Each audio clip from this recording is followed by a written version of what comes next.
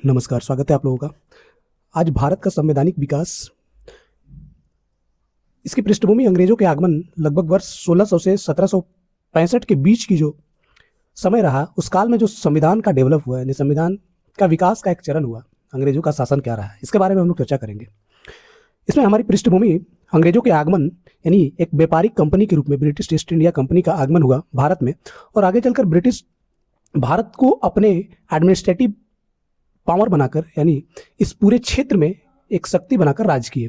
उसके बारे में हम लोग एक पृष्ठभूमि, एक कदम के बारे में देखेंगे, कैसे कैसे उन्होंने आगे चलकर कई सारे प्रयोग किए और एक संवैधानिक ढांचा का निर्माण किया गया। इस पृष्ठभूमि में सबसे पहला चार्टर अधिनियम 1600 का जिक्र होता है। एक्चुअली ब्रिटिश का आगमन यानी ब्रिटिश ईस्ट इंडिया कंपनी की स्थापना 31 दिसंबर 1600 ईस्वी को ब्रिटेन से होकर पूर्वी एशिया यानी पूरब के देशों के साथ व्यापार करने का एक एकाधिकार पत्र प्राप्त हुआ। और ये पत्र किसके द्वारा जारी किया गया था? इसे हम चार्टर को पत्र कहते हैं। यानी ब्रिटेन की महारानी एलिजाबेथ प्रथम के द्वारा ये एक पत्र जारी किया गया कि भारत के साथ साथ अन्य पूर्वी देशों यानी पूरब के देशों के साथ जो व्यापार है, उस व्यापार को एकाधिकार के तरीके से ये पत्र प्रदान किया गया।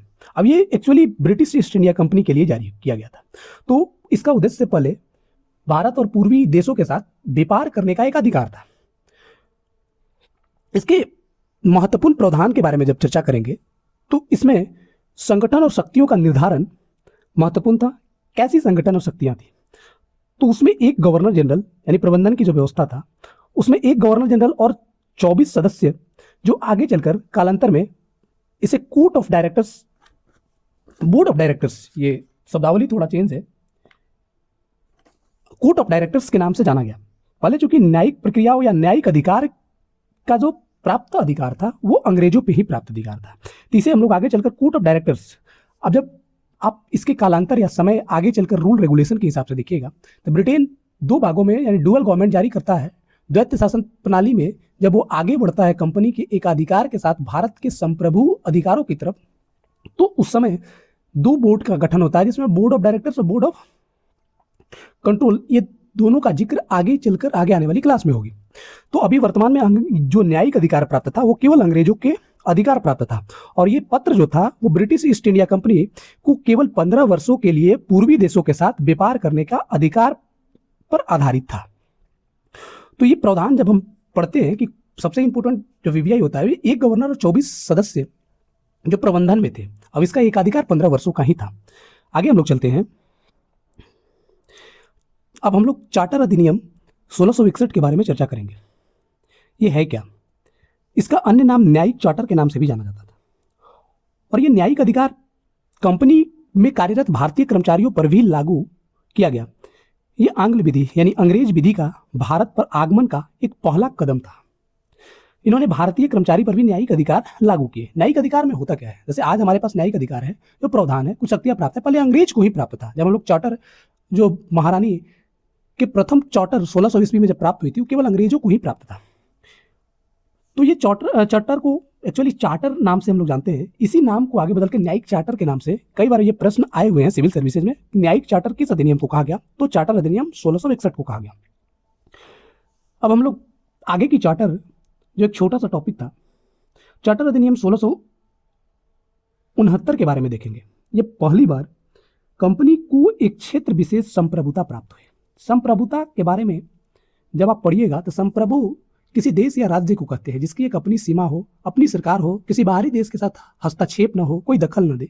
तो साधारणतः एक शब्द एक बड़ा व्यापक रूप होता है। यानी ब्रिटेन की जो कंपनी थी, ब्रिटिश ईस्ट इंडिया कंपनी, जो भारत में व्यापार करने के नाते आई हुई थी, उसको संप्रभु 1669 में ये बॉम्बे के बंदरगाह द्वीपों के बारे में हुआ। इतिहास की क्लास में जब आप पढ़िएगा कि ब्रिटेन से आई हुई कंपनी यानी पहले सूरत में अपना केंद्र, व्यापारिक केंद्र खोलती है, इसके बाद वहाँ से बॉम्बे द्वीप खरीदती है, इसके बाद आगे चलकर जो भारत पे शासन का एक नींव डालती है वो कोलकाता से डालती है। तो उन्हीं में से एक क्षेत्र बॉम्बे बंदरगाह और द्वीप जो संप्रभु प्राप्त हुआ। कंपनी की शुरुआत की चर्चा जब हम करेंगे तो कंपनी की शुरुआत अस्थायित्व तौर पे देखा जाए तो भारत में व्यापक तौर पे अपनी शासन को कैसे प्रदर्शित करती है, ये लड़ाई प्लासी के युद्ध के बाद पूरी तरह बदल चुका था। बंगाल का वास्तविक शासन कंपनी के हाथों आ चुकी थी, क्योंकि सिराजुद्दौला के प्लासी के युद्ध में हार के कारण कंपनी इस क्षेत्र में संप्रभु प्राप्त कर लिया था और राज्य शासन पर अपना डमी कैंडिडेट को रखता था, जो अपने काम के लिए यानी व्यापार में मुनाफा कमाने के लिए, व्यापार में एक अधिकार प्राप्त करने के लिए, टैक्स वसूलने के लिए, कई सारे चीज़ों के बारे में चर्चा थी। आगे चलकर जब हम लोग इस चीज़ के बारे में पढ़ते हैं कि बक्सर के युद्ध से पहले भी कई सारे ऐसे चीज़ें हुई, जैसे मीर जाफर मीर कासिम उस गद्दी पे लाने के बाद कैसे इन्होंने अंग्रेजों के अधिकार को बढ़ाया और उस क्षेत्र में संप्रभुता के साथ साथ एक मजबूत कदम रखी, जो भारत पर आगे चलकर शासन करने में आसान हुआ। बक्सर युद्ध का परिणाम यह हुआ कि 1 साल बाद इलाहाबाद में संधि होता है। बक्सर युद्ध, एक छोटा सा टॉपिक मैं बताता हूं, बक्सर युद्ध में भारत की 3 महाशक्ति मिलकर अंग्रेजों से मुकाबला नहीं कर पाया और वही हार का कारण रहा कि आगे चलकर ब्रिटिश ईस्ट इंडिया कंपनी एक शासन के तौर पे, एक ब्रिटिश सरकार के शासन के प्रतिनिधि के तौर पे भारत पे पूरे कब्जा कर लिया। तो ये बक्सर का परिणाम ही था इलाहाबाद की संधि। इलाहाबाद की संधि एक्चुअली था क्या? तो इलाहाबाद की संधि में दीवानी का अधिकार प्राप्त था। दीवानी है क्या? तो वहां की जो जमीनों का जो टैक्स है, जो अंग्रेज टैक्सेशन रूल लागू करेंगे, उस टैक्स के असूली करने का अधिकार किसको प्राप्त था? अंग्रेजों को प्राप्त था, जिसमें सिविल हो और राजस्व का अधिकार था। और ये क्षेत्र कौन था? ये बंगाल, बिहार, उड़ीसा।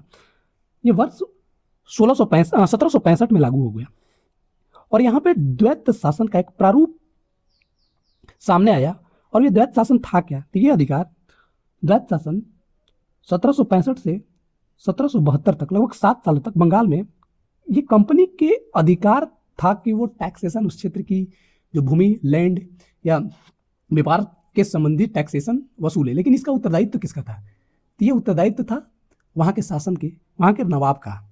जो राजा को नवाब का दर्जा दिया जाता था, नवाब बोला जाता था। तो ये डुअल गवर्नमेंट, चूंकि मैंने पहले ही बोला कि डमी कैंडिडेट के तौर पे राज्य सिंहासन पर, नवाब के राज्य सिंहासन पर अंग्रेजों ने 57 के बाद जिसको चाहा उसको बदला। और ये कंपनी की शुरुआत की क्रम थी, ये पृष्ठभूमि थी। इसके बाद जो आगे आएंगे उनमें से 1771 के संवैधानिक विकास का एक न्यू 1773 के रूल रेगुलेशन, और इसके बाद हर 1773 में या फिर सर्वोच्च न्यायालय की स्थापना हो, चार्टर अधिनियम 73 के साथ कई सारे कंपनी का मान्यता प्राप्त हुआ, अधिकार प्राप्त हुआ और कंपनी को नियंत्रित करने का प्रयास किया गया। क्योंकि कंपनी इतनी राजस्व और टैक्सेशन से मजबूत हो चुकी थी कि ब्रिटेन की सरकार को भी लगता था कि अमेरिका की तरह ये भारत जैसे देशों पर भी कंपनी इतनी मजबूत पैसा से या फिर वहाँ की राजनीतिक तंत्र से मजबूत हो जाएगी तो वो स्वतंत्र बना लेगी, स्वतंत्र लोकतंत्र की स्थापना या फिर देश अलग से बना लेगी। ये ब्रिटेन को खतरा था टूटने का। तो आज की क्लास इतना ही तक। अगर आपको अच्छा लगा होगा तो आप जरूर कमेंट कीजिएगा। Thank you.